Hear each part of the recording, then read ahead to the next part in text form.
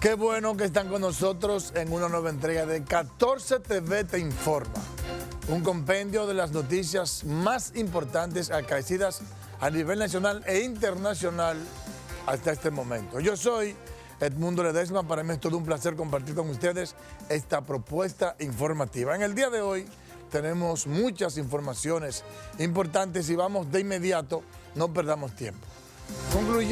Concluyó en el día de hoy las vistas públicas del Consejo Nacional de la Magistratura para elegir a los nuevos miembros del Tribunal Superior Electoral. Veamos una historia que tiene nuestra compañera Rosalba Escalante.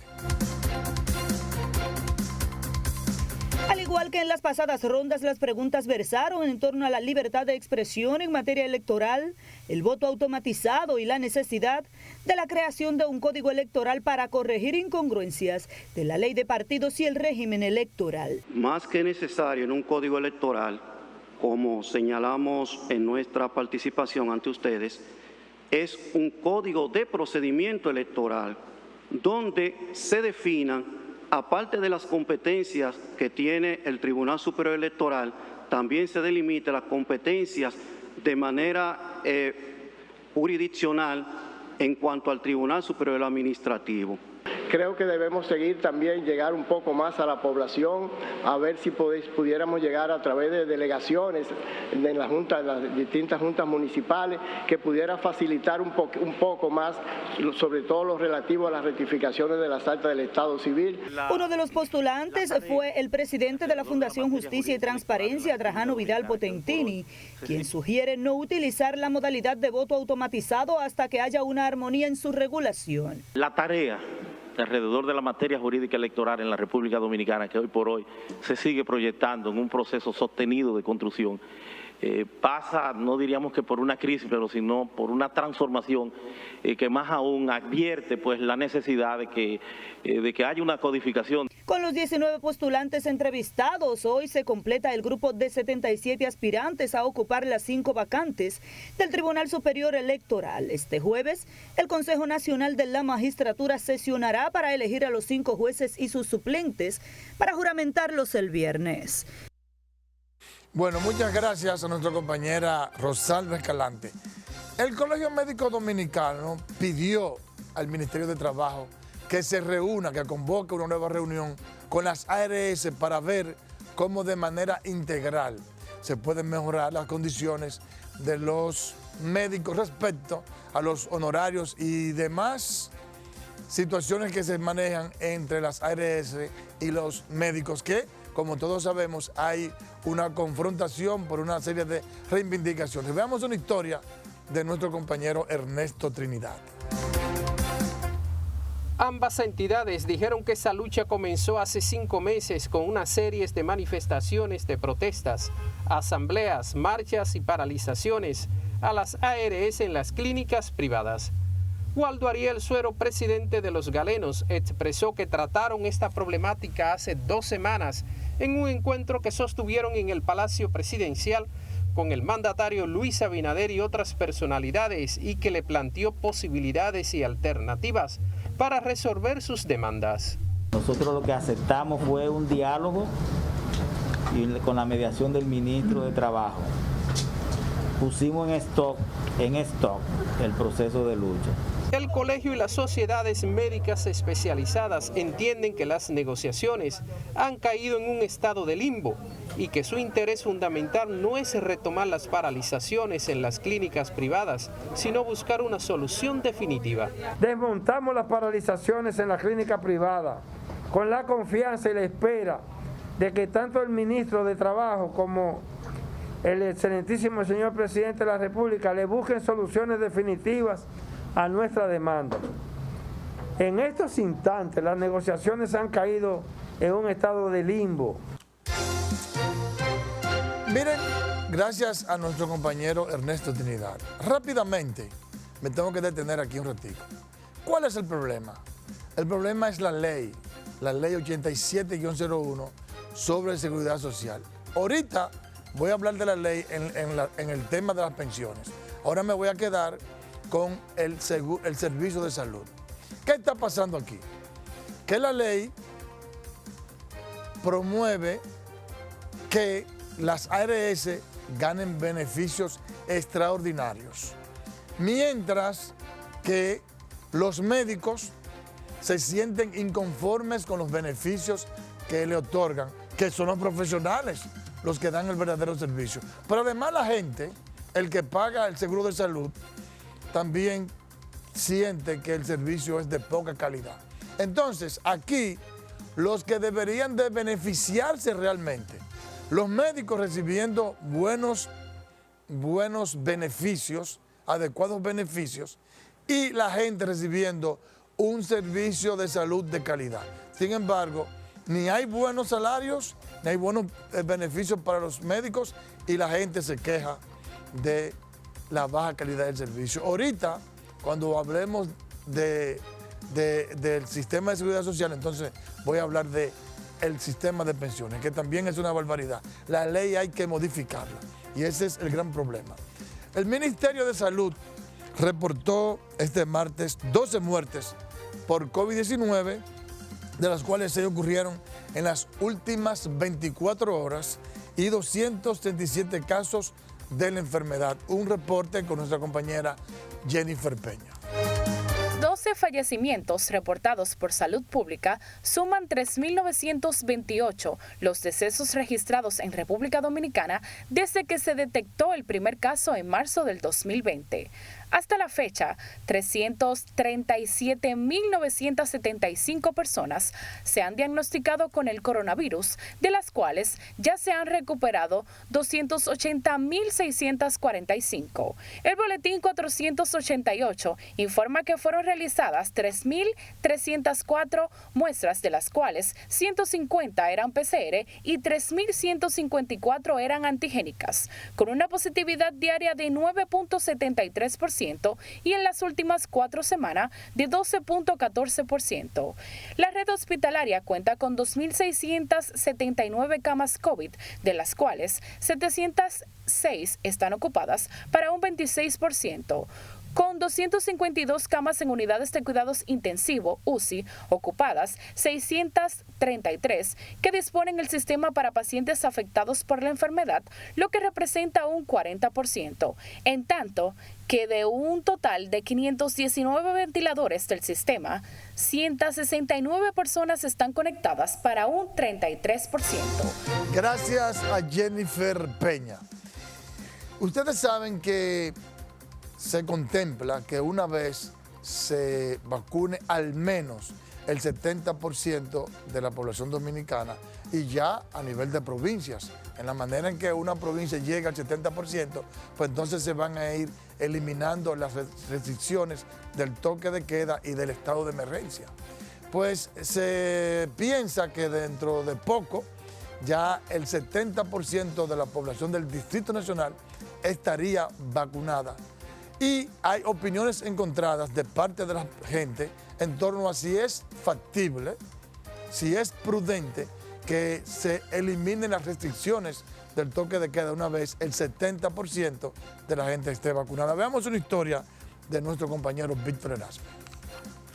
Algunos comerciantes y trabajadores informales abogaron porque una vez el Distrito Nacional llegue al 70% de la población vacunada, se levante el toque de queda de manera inmediata. Bueno, son parte porque si los negocios chiquitos están cerrados, ¿cómo se crece? Si está todo abierto, todo el mundo se busca. ¿Usted no cree? ¿Tú lo ves bien eso? Sí. Lógico, claro, ya eso, para mí ya eso debería de estar abierto hace tiempo. No le veo ya la lógica de que para eso está cerrado. Hay varios países que ya abrieron normal. Claro, hay que abrirlo porque en total, cerrado y abierto es lo mismo. Todavía no se ha solucionado nada ni nada. Sigue todo igual. Sin embargo, algunos ciudadanos manifestaron que debido al mal comportamiento de un segmento de la población, no sería prudente quitar el toque de queda, aun cuando se llegue al nivel de vacunación señalado por el ministro de Salud. Creo que no estoy de acuerdo. No. Bueno, porque realmente la gente tiene un teteo demasiado fuerte y hay que ir haciendo las cosas al paso. El gobierno le conviene abrir la economía para tener un mejor movimiento con la ciudadanía. Pero realmente a la ciudadanía no le conviene que abran la economía. El doctor Daniel Rivera aclaró que el levantamiento del toque de queda en las demarcaciones que logren el 70% de las dosis no significa la eliminación del COVID-19 en territorio dominicano, por lo cual continuarán vigilantes ante la pandemia y aplicando medidas como el distanciamiento y el uso de mascarillas. Gracias a mi compañero Víctor Erasme. Señores, la juventud por naturaleza es temeraria y se le hace difícil aceptar todas estas restricciones. Por supuesto, los médicos que tienen un concepto de cuidar la salud de la gente, pues siempre piden que se mantengan las medidas para evitar el incremento del contagio. Los empresarios que piensan en su dinero, y eso no está mal que sea así, entonces piensan generalmente lo contrario, que se tomen medidas prudenciales de manera tal que se pueda controlar la pandemia, pero que la economía no siga deteriorándose, porque luego, cuando una economía colapsa, entonces hasta la salud colapsa. Y el presidente, que tiene que tener una visión holística de estadista, entonces está obligado a ver todos estos puntos de vista y tomar una medida que de alguna manera se mantenga el equilibrio, el control de la pandemia, el equilibrio social y el crecimiento económico. Porque incluso para atender a la pandemia hay que buscar dinero, porque las vacunas no son gratis, son bastante caras. Entonces, evidentemente que el presidente tiene que ver las diferentes posiciones. Yo abogo porque la economía se vaya abriendo paulatinamente, la manera en que se vaya logrando el 70% de la vacunación, manteniendo una serie de controles sanitarios. Y la clave es la vacunación. La clave es la vacunación. Hay que ser agresivo con la vacunación y la gente tiene que apoyar al gobierno yéndose a vacunar. En momentos en que Haití se dispone a juramentar al presidente interino, la diáspora de la República Dominicana, es decir, los haitianos, dicen que Haití necesita el acompañamiento de la comunidad internacional. Veamos una historia de Rosalba Escalante. Convencidos de que el nuevo presidente interino Ariel Henry no dará por sí solo a Haití la estabilidad que necesita, miembros de la diáspora residente en República Dominicana piden no solo la instalación de un consejo de gobierno, sino posponer las elecciones para dentro de 7 meses, en el entendido de que realizarlas en septiembre sería caótico. Para esto piden a la comunidad internacional jugar su papel, aunque tal acción diezme el principio de soberanía. Necesitamos el apoyo de no solamente la internacionalidad, también toda oposición que se pone de acuerdo, porque sin acuerdo Haití va a seguir igual. Pero sí, yo creo firmemente que esta sangre de nuestros presidentes juveniles, esta sangre va a traer justicia. Nosotros apelamos tanto la OEA, la ONU, a que acompañen en ese proceso. Es posible que el tema de soberanía, el tema del principio de soberanía puede diezmarse en estos momentos, pero vale la pena que la comunidad internacional asuma mayor nivel de responsabilidad, como pidió el presidente Luis Abinader. Para la comunidad haitiana en República Dominicana, lo más importante ahora es resolver el tema de la inseguridad ciudadana que se agudizó a raíz del asesinato del presidente Jovenel Moïse. El problema que necesitamos ahora mismo es la inseguridad que hay en la nación, porque todos los días se está muriendo la gente, no hay seguridad, la gente no puede salir en la calle, no hay comida, por eso que queremos enviar un mensaje a la comunidad internacional, porque ahora mismo hay centenares de hombres y mujeres, niños que están muriendo porque no tienen comida. No hay alimento, no hay agua. La seguridad ciudadana, porque todavía no puede salir a hacer su actividad. Esperan que Moïse sea el último presidente asesinado en Haití y que el hecho sirva para unificar a todos los sectores en la lucha por devolver la paz y la estabilidad política y social que tanto necesita el vecino país. En Haití no hay Guardia Nacional, una policía corrupta, no hay instituciones. No hay democracia. Unos políticos corruptos y el sector empresarial, además de corrupto, yo creo que desprecia a los haitianos. es un país fallido, un país inviable. Eso de que van a hacer unas elecciones, eso es una caricatura. Haití amerita la intervención decidida de los organismos internacionales, de la comunidad internacional, para que por un largo tiempo esté intervenida, hasta que se logre, como dijeron por ahí, no hay economía, no hay agua, no hay luz, no hay nada. Entonces, hasta que se logre, no solamente lograr algún nivel de institucionalidad, algún nivel de democracia, pero especialmente hasta que se logre que se pueda instalar algún tipo de modelo económico, aunque sea primario, que produzca crecimiento económico, que produzca comida, que produzca oportunidad de trabajo. Si no, Haití seguirá en involución. Ese es un país que fracasó y necesita la injerencia de organismos internacionales, precisamente de los organismos y los países que hicieron que Haití fuese un estado fallido, porque si buscamos la historia nos daremos cuenta que Francia, que Estados Unidos, que el Fondo Monetario Internacional, que el Banco Mundial, que el propio Vaticano han provocado la desgracia de Haití. Busquen por ahí un documental que se llama Los 7 demonios de Haití y ustedes verán cuáles son. No son demonios del infierno, ¿no? Es aquí, Estados Unidos y compañía y comparsa lo que han provocado ese nivel de pobreza, de indigencia extrema, abyecta en que vive Haití. Entonces, República Dominicana, un país en proceso de crecimiento, todavía con muchos problemas de falta de institucionalidad, de democracia, de pobreza, no puede asumir el problema haitiano. Vamos ahora con las informaciones internacionales. El Departamento de Estado de Estados Unidos y los Centros para el Control y la Prevención de Enfermedades emitieron niveles máximos de alerta en contra de viajes a Reino Unido debido al creciente número de casos de COVID-19 en ese país. Las dos agencias colocaron a Reino Unido en el nivel 4 de advertencia que indican a los ciudadanos estadounidenses que no deberían viajar al país. La advertencia se produce en medio de un incremento en las cifras de casos que ya está estropeando el llamado Día de la Libertad en Reino Unido, una flexibilización de las restricciones relacionadas con la pandemia que apunta a anunciar la reapertura completa de una economía golpeada por su recesión más profunda en 300 años. Estados Unidos también anunció este martes sanciones por corrupción contra el expresidente hondureño Porfirio Pepe Lobo, su esposa, la ex primera dama Rosa Elena Bonilla de Lobo, y los 3 hijos de ambos. Las sanciones impiden la entrada a Estados Unidos de Lobo y su familia, explicó en un comunicado el secretario de Estado estadounidense Anthony Blinken.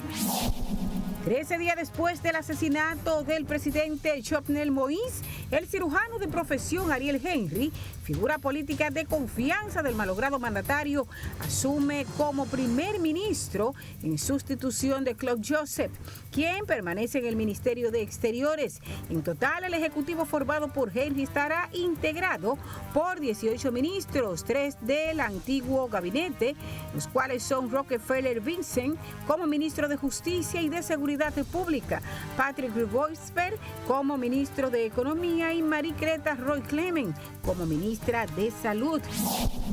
También en Haití, Martine Moïse, viuda del presidente haitiano Jovenel Moïse, asesinado el 7 de julio, anunció este martes que su familia costeará el funeral de Estado de su marido, rechazando que se emplee dinero público para este fin. Esta decisión no implica nada en relación al carácter oficial y nacional del funeral, ni en relación a la solemnidad que el gobierno quiere dotar a las honras fúnebres, subraya el comunicado de la oficina de la primera dama, que también agradece a la población por todos los mensajes de compasión y solidaridad hacia la familia del mandatario. El funeral de Moïse se llevará a cabo el próximo viernes en la ciudad de Cap-Haitien, la más importante al norte del país, y tendrá lugar en la residencia privada de la familia del mandatario asesinado. Otro intento de magnicidio. 2 personas intentaron apuñalar este martes en la mañana al presidente interino de Malí, el coronel Assimi Goïta durante la celebración del ritual musulmán de Eid al-Adha, celebración de sacrificio en la gran mezquita de Bamako. Fue tras el rezo del sermón del imán, en el momento en el que el imán iba a sacrificar al cordero, que el joven intentó apuñalar a Assimi Goïta por la espalda, pero resultó herida otra persona, confirmó Latus Touré, administrador de la gran mezquita. Consultados por medios locales sobre si el caso se podía considerar como intento de asesinato, los servicios del presidente respondieron que sí, totalmente. Y el presidente electo de Perú, Pedro Castillo, llamó a la más amplia unidad del pueblo peruano para que la gestión que ejercerá desde el 28 de julio permita que su país sea más justo, más soberano, más digno y más humano. El maestro rural y líder sindical Pedro Castillo se convertirá el 28 de julio en el presidente del Bicentenario de Perú, tras haber derrotado en unas polarizadas elecciones a la derechista Keiko Fujimori, quien aceptó su triunfo a pesar de considerar que es ilegítimo. La sección de deporte con la bella Aimé Rivas. Así es, el mundo, así es. Y definitivamente la República Dominicana se está preparando para este miércoles marcharse rumbo a Tokio. Esto y mucho más en las deportivas después de la pausa. Y a la vuelta, los deportes.